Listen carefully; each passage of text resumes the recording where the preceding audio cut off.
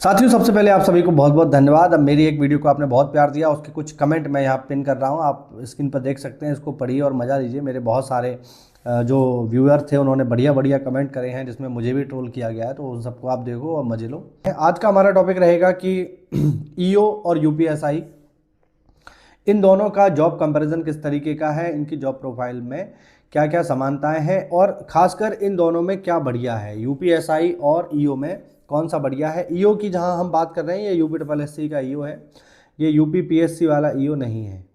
ठीक है, UP PSC वाला ईओ नहीं है, यहाँ पर हम यूपी ट्रिपल एस सी वाले ईओ की बात कर रहे हैं। तो इन दोनों का आज हम जॉब कंपैरिजन करेंगे और देखेंगे कि इनमें से कौन सी जॉब किसके लिए बेहतर है। ठीक है, अपने बारे में बता दूं, मेरा नाम है निशित मिश्रा और मैं वर्तमान में ग्राम विकास अधिकारी हूं। देखो, अगर हम कंपैरिजन करें ईओ और यूपीएसआई में तो इनका कंपैरिजन इसलिए भी हो सकता है क्योंकि इन दोनों का जो ग्रेड है ये एक समान है।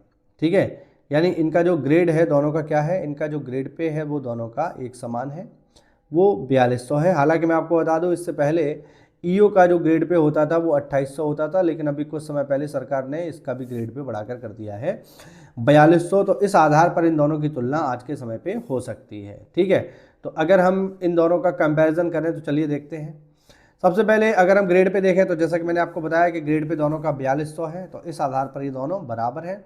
वेतन की अगर हम बात करें, है ना, ईओ के वेतन में और यूपीएसआई के वेतन में, तो देखो दोनों का जो लमसम वेतन है वो 50,000 है।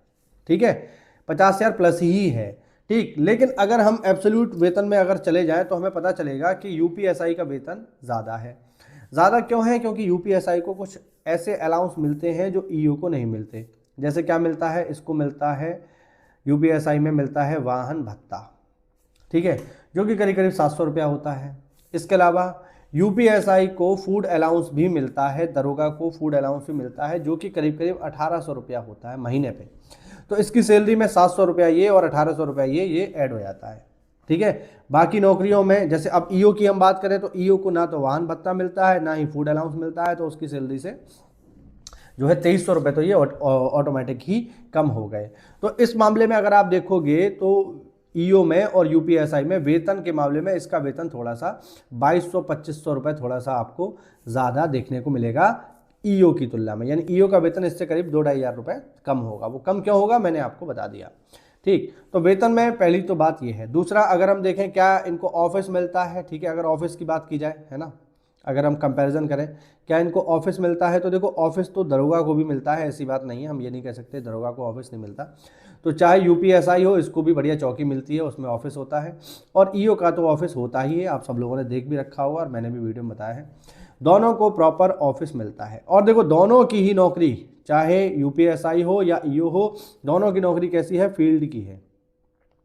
यानी ईओ को भी फील्ड में जाना पड़ता है और भाई दरोगा जी तो फील्ड में जाते ही हैं, क्योंकि जांच का काम ऑफिस में बैठ करके नहीं हो सकता, ये बात सब लोग जानते हैं। तो आपको फील्ड में जाना ही पड़ेगा। इस मामले में ये दोनों बराबर है।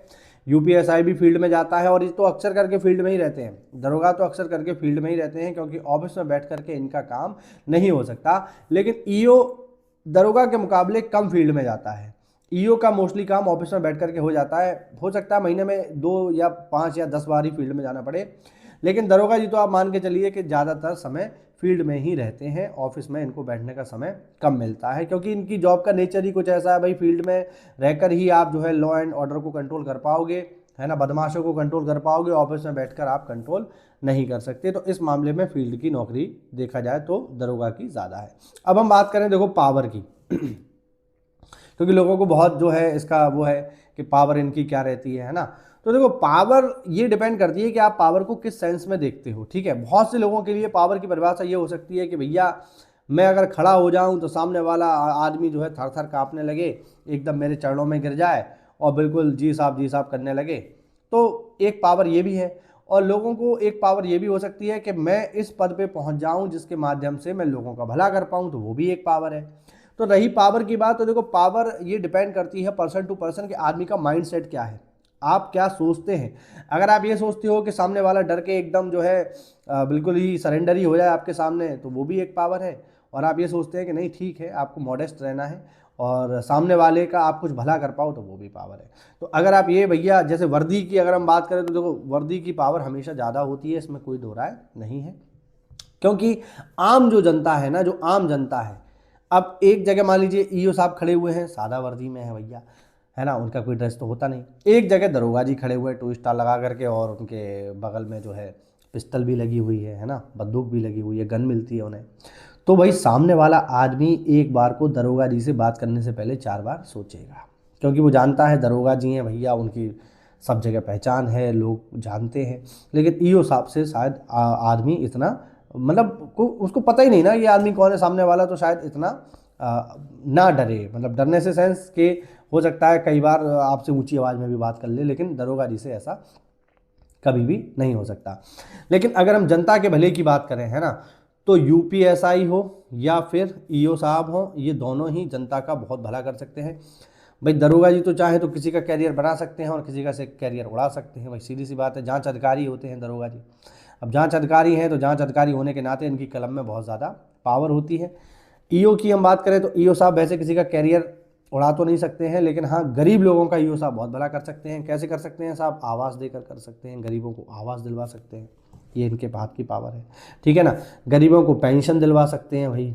मान लीजिए कोई बूढ़ा व्यक्ति है तो उसको पेंशन के लिए ईओ साहब के पास जाना है, ईओ साहब अगर चाहें तो उसकी पेंशन चालू करवा सकते हैं, अगर वो पात्र है तो वो जीवन भर वो जो व्यक्ति है वो जीवन भर आपको जो है दुआ देगा कि साहब मेरी पेंशन चालू करवा दी। कोई विधवा पेंशन है, विकलांग पेंशन है, वृद्धा पेंशन है, ये करवा सकते हैं, है ना। तो पावर के अपने अपने एस्पेक्ट होते हैं कि आखिरकार आप पावर को किस तरीके से देख रहे हो।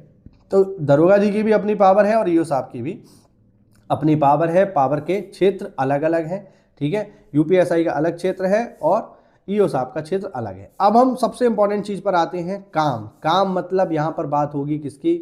यहाँ पर बात होगी वर्कलोड की। तो भैया जैसे ही वर्कलोड की बात आती है वैसे ही ईओ और यूपीएसआई में कोई कंपैरिजन ही नहीं है। आप ये समझ लो कि वर्कलोड के मामले में दरोगा के पास इतना ज़्यादा काम होता है कि बहुत बार तो ऐसा भी हो जाता है कि जो लोग पुलिस में होते हैं उन्हें वर्दी उतारने का भी समय नहीं मिलता, क्योंकि काम ही इतना ज़्यादा है। जैसे अगर हम काम की बात करें तो ईओ साहब का जो वर्क आवर होगा वो क्या होगा? सुबह 10 से लेके 5, बस बात खत्म। सुबह 10 बजे साहब अपने ऑफिस पहुंच जाएंगे ईओ साहब और 4 साढ़े 4 तक काम खत्म हो जाएगा, 5 बजे ऑफिस बंद, बात खत्म। उसके बाद कोई मतलब नहीं है। अगर स्थितियां सामान्य हैं तो विशेष परिस्थितियों में इन्हें रात में भी बुलाया जा सकता है, लेकिन विशेष परिस्थितियां कब होती हैं भाई? बहुत रेयर ही होती हैं। लेकिन वहीं हम दरोगा जी की बात करें भैया तो इनकी तो पहले ड्यूटी ही 12 घंटे की है ऑफिशियली। इसके बाद केवल कहने के लिए 12 घंटे की ड्यूटी है। ये 12 घंटे की ड्यूटी कब 24 घंटे में बदल जाती है किसी को पता नहीं चलता। दरोगा जी 24 घंटे ड्यूटी करते हैं, प्लस ड्यूटी तो है सो है। अब जैसे मान लीजिए एक आपको उदाहरण देता हूँ, है ना। जैसे अभी कुछ दिन पहले हमारे यहाँ योगी जी आए, ठीक। तो भाई जब योगी जी आएंगे, मुख्यमंत्री जी हैं हमारे, तो मुख्यमंत्री जब आते हैं तो शायद ही कोई ऐसा विभाग रहता है जिसकी ड्यूटी मुख्यमंत्री जी के कार्यक्रम में ना लगे, सबकी ड्यूटी लगती है।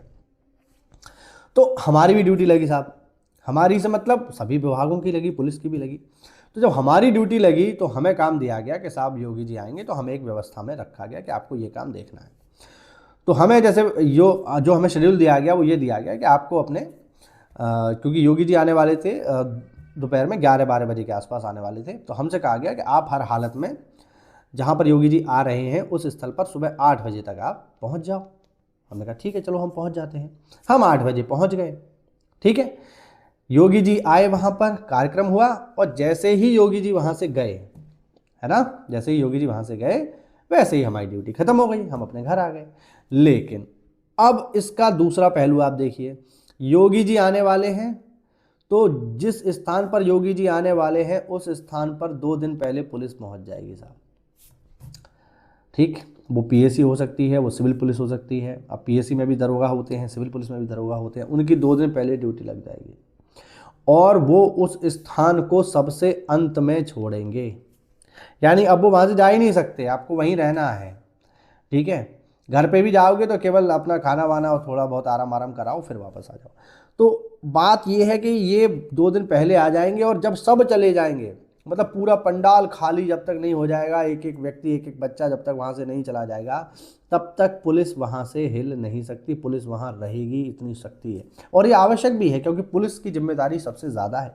अगर वहाँ भगदड़ हो जाती है, कोई अप्रिय घटना हो जाती है तो जिम्मेदारी किसकी? जिम्मेदारी हमारी नहीं होगी।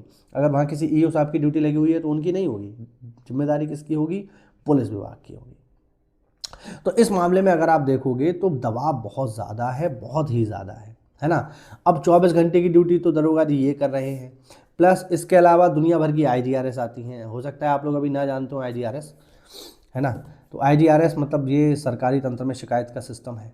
तो आईजीआरएस आती हैं, उनको भी निपटाना है दरोगा जी को, ठीक है। इसके अलावा दरोगा जी को आईजीआरएस करनी है, 24 घंटे की ड्यूटी करनी है, और इन सब के साथ साथ जो जांच आ रही हैं वो जांच भी निपटानी है साहब, क्योंकि दरोगा मतलब इन्वेस्टिगेशन ऑफिसर।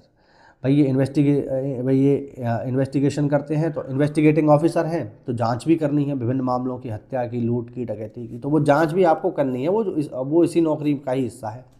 अब आप 24 घंटे ड्यूटी भी करोगे, आईजीआरएस भी निपटाओगे और जांच भी करके दोगे। अब ये कब करके दोगे वो आपके ऊपर है, इससे विभाग को कोई मतलब नहीं है कि आप कब करके दे रहे हो। आईजीआरएस में समय होता है, 15 दिन के भीतर देनी है तो वो देनी है, वरना वो डिफ़ॉल्ट हो जाएगी। और डिफ़ॉल्ट हो जाएगी तो फिर आपको दुनिया भर की कागजी कार्रवाई करनी पड़ेगी, लिखित में देना पड़ेगा क्यों डिफ़ॉल्ट हुई, और वो निपटानी फिर भी पड़ेगी।